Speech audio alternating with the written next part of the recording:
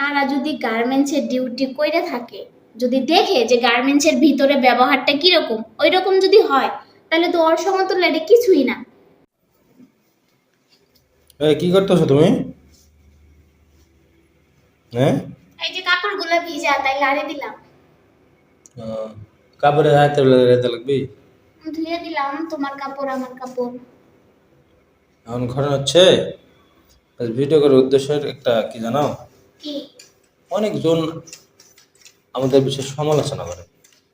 সমালোচনা বলতে যে আমরা টিকটকে, ফেসবুকে, ইউটিউবে ভিডিও ছেড়ি, অনেকজন অনেক কথা বলতেছে, বুঝছো? বিশেষ করে আমাদের গ্রামের বলতে আমাদের আত্মীয় স্বজন অনেকজন অনেক কথা বলতেছে যে ভিডিও বানানো লাগবে কি জন্য, এগুলো শিখলে তাদের উদ্দেশ্যে কিছু কথা বলার জন্য আসলে ভিডিওটা বানায় না। বলো তোর মতে। আচ্ছা, ভিডিও বানাতে যদি এত কথা বলে মানুষে, ঠিক আছে, যারা গার্মেন্টসে চাকরি করে সকাল 8টায় যায়, রাত 8টায় আসে, 12টায় আসে, 10টায় আসে, ওই রকম যদি ব্যবহার মানুষ করতো, তাহলে তো এর থেকে আরো বেশি খারাপ হইতো। ওই রকম তো কিছুই করা হয় না। না আমি আমাকে হঠাৎ করে মানে প্রতিদিনই একজন একজন ফোন দেয় বলে ভিডিও করা লাগবে কি জন্য, ভিডিও করা লাগবে কি জন্য। না কালকে অনেকজন বলছে যে বইতে ভিডিও করা কি জন্য, গার্মেন্টসের টাকা কম হয়ে গেছে নাকি। হ্যাঁ, তাদের উদ্দেশ্যে কিছু কথা বলো। তাদের উদ্দেশ্যেই কিছু কথা বলতেছি, যে ভিডিও বানানো নিয়ে যে অনেকে অনেক কথা বলে, অনেক কিছু বলে, তোমারে ফোন দেয়, আমি তো জানি, আমি তো শুনি, আমি তো দেখি। তারা যদি গার্মেন্টসের ডিউটি কইরা থাকে, যদি দেখে যে গার্মেন্টসের ভিতরে ব্যবহারটা কিরকম, ওই রকম যদি হয়, তাহলে তো ওর সমতুল্য এটা কিছুই না। আমি মানুষ বিশেষ করে সবার উদ্দেশ্যে একটা কথা বলতেছি। ফেসবুকে ভিডিও আপলোড দেওয়া এটা মহামান্য কিছু না।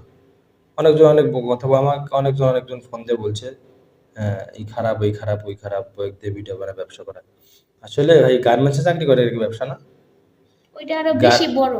গার্মেন্টসে বইয়ের দিয়ে চাকরি করে এর ব্যবসা যদি, এটা যদি ব্যবসা হয়, এই ফেসবুকে ভিডিও আপলোড দেওয়া যদি ব্যবসা হয়, তাহলে গার্মেন্টস চাকরি করে বড় বড় ব্যবসা। কারণ ওটা সবার সামনে থাকে, প্রতিদিন বকাবাজি শোনা লাগে। নিজের সংসারে যতটুকু বকাবাজি শোনে বা বই না শুনে, গার্মেন্টসে তাদের দ্বিগুণ বেশি শোনে। যারা গার্মেন্টস চাকরি করে তারাই আসলে বুঝতে পারবে আসলে গার্মেন্টসে চাকরি করে কত বকাবাজি শোনা লাগে।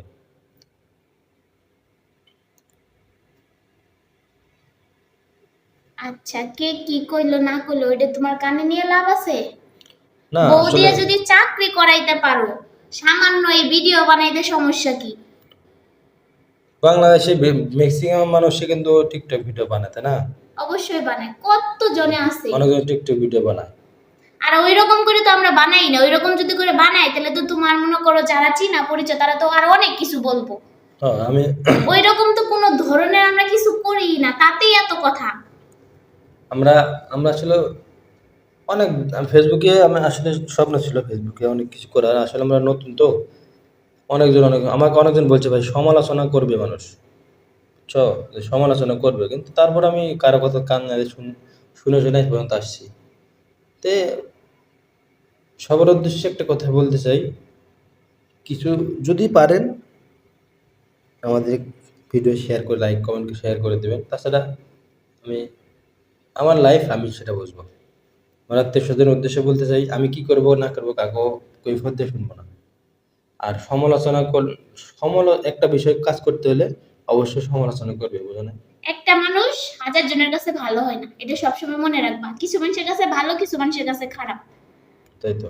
কেউ কখনো কারো ভালোটা চায় না, এটাই হলো জগৎ, বুঝছো? না আমি হয়তো ফেসবুকে ভিডিও আপলোড দিচ্ছি, আর কারো সহ্য হতেছে না।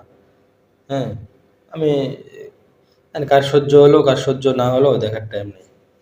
হ্যাঁ, আমার আশপাশে আমার আত্মীয় স্বজনের মতো কথা বলি, আমার আত্মীয় স্বজন অনেকজন অনেক টিকটক ভিডিও বানায়, আমি তো কিছু বলি না।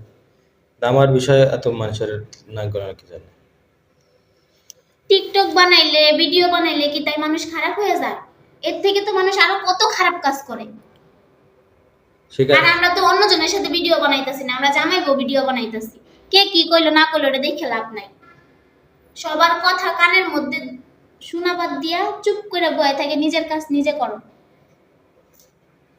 আমার একটা লক্ষ্য আছে, বুঝছেন? আমার একটা লক্ষ্যটা পূরণ করা আমার কর্তব্য। আর আপনারা যে যাই বলেন, হ্যাঁ, যাই যেমন কিছু বলতে পারেন, এটা আপনার ব্যক্তিগত ব্যাপার। আমি ফেসবুকে ভিডিও আপলোড দিতেছি এমন কোনো আমি খারাপ কিছু করতেছি, হ্যাঁ এমন তো কিছু না আমি বউয়ের সাথে খারাপ কিছু করে ভিডিও আপলোড দিতেছি।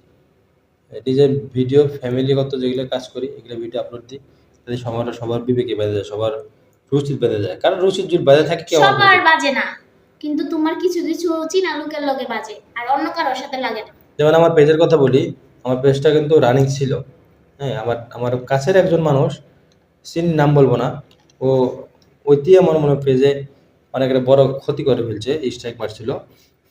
আমি বুঝতে পারছি, পরে জানছি, পরে শুনছি ও আরেকজনের কাছে গল্প করছিল, যার কাছে গল্প করছিল তাই আমাকে বলছে যে ওই তোমার পেজে স্ট্রাইক মারছিল।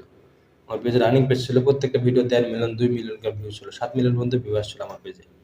তারপরেও আমি থেমে থাকিনি, এই 5-6 মাস ভিডিও আপলোড দিয়েছিলাম না, ভিডিও মিনিট আপলোড করেছিলাম, আবার রানিং শুরু করছি। তো আপনাদের দোয়া এবং ভালোবাসা আবার রানিং হচ্ছে আস্তে আস্তে, আপনারা সাপোর্ট করেন, আমি আরও সামনে এগিয়ে যাবো। আপনারা দোয়া করবেন এবং আমাকে সাপোর্ট করবেন, লাইক কমেন্ট শেয়ার করতে ভুলবেন না। তুমি কিছু বলো। সবাই আমাদের জন্য দোয়া করবেন, আমাদের পেজটা ডাউন হয়ে গেছে, লাইক কমেন্ট শেয়ার করে দিবেন, এটি আপনাদের কাছে আসে। ভালো থাকবেন, আল্লাহ ভালো হাফেজ। থাকবেন, আল্লাহ হাফেজ।